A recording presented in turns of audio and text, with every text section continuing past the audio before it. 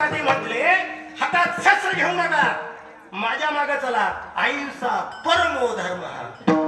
अहिंसा त्यांनी जैनाच्या मताचा अंगीकार केला आणि त्यांनी सांगितलं अहिंसेच्या मार्गाने मी तुम्हाला या देशामध्ये काय आणून देतो, क्रांती आणून देतो, स्वातंत्र्य आणून देतो. पण त्यावेळेस काही नवीन रक्ताचे विचारसरणीचे अभ्यासू बुद्धिवान लोक होते. त्यांनी असं सांगितलं, महात्मा तुम्ही सांगताय ते खरं आहे, हे जैन मताच्या दृष्टीने अनुकूल आहे, अहिंसा परमधर्म आहे, हे मान्य आहे. पण जगाची हिस्ट्री अशी सांगते कोणत्याही आजारावर विजय मिळवायचा असेल तर अगोदर डॉक्टर लोक त्याची काय घेतात, हिस्ट्री घेतात ना. आणि हिस्ट्री अशी सांगते जगात कुठेही सत्ता संघर्षाविना मिळाली नाही आणि संघर्ष शस्त्राविना करता येत नाही. म्हणून महात्मा रुक जाओ.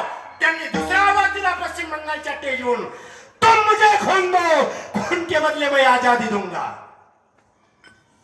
हा विचार जगाला देणारे कोण होते? सुभाष चंद्र बोस. म्हणजे दोघांचं तत्व एक पण मत वेगळं वेगळं. या दोघांच्या मतामध्ये ते काय काही काही वस्तूचा असा अभिशाप असतो, जोपर्यंत कोहिनूर भारतात होता तोपर्यंत इंग्लंड वाल्याचा बोलबाला होता. खरं सांगा तुम्ही, दुसरं महायुद्ध जिंकल्यानंतर जिंकलेल्या माणसाला ताकद येत असते की विकनेस येत असतो? नाही नाही नाही, खरं सांगा, ताकद येते की नाही? मग ज्यानं हिटलर मेलता, साऱ्या जगावर आपला झेंडा होता, अशा वेळेला इंग्लंडने घाबरायला पाहिजे होतं? महाराज जग जिंकल्यानंतर एवढ्या राष्ट्रांना स्वातंत्र्य दिलं त्याचं कारण एक होतं का आपल्या घरात जोपर्यंत कोहिनूर होता तोपर्यंत आपले लोक एक होत नव्हते. त्याच्या तिजोरीत गेला तर त्याचे एक राहिले नाही. कळलं तुम्हाला? परत वैशिष्ट्य आहे ते.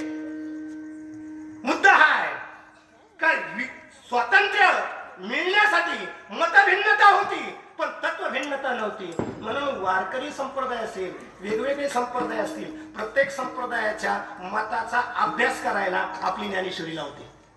पण काय झालंय, वारकरी संप्रदायाची ज्ञानेश्वरी असं सांगते का दुसऱ्याच्या मताचा अगोदर अभ्यास करा, नंतर त्याचं खंडन करा. काय आपलं मत मांडायचं असेल तर अगोदर दुसऱ्या मताचा काय करा.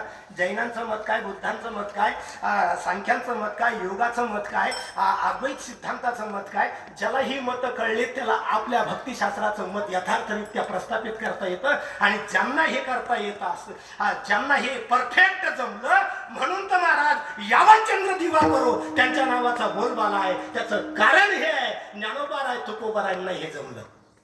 काय ज्ञानोबारायांना हे जमलं. म्हणून प्रत्येक मताचा आदर करून आपल्या मताशी निष्ठावान राहणं हे ज्याला जमलं त्या जीवनाचं नाव आहे भक्त जीवन. विठाला विठाला विठाला